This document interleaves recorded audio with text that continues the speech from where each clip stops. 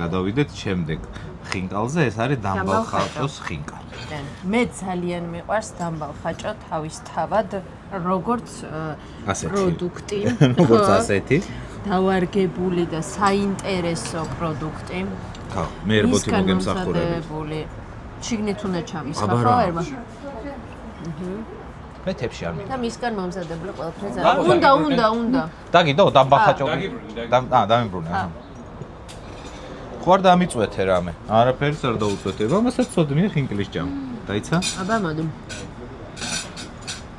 აი ესა და ჰოპა. ჩავიდეს ყოჩა.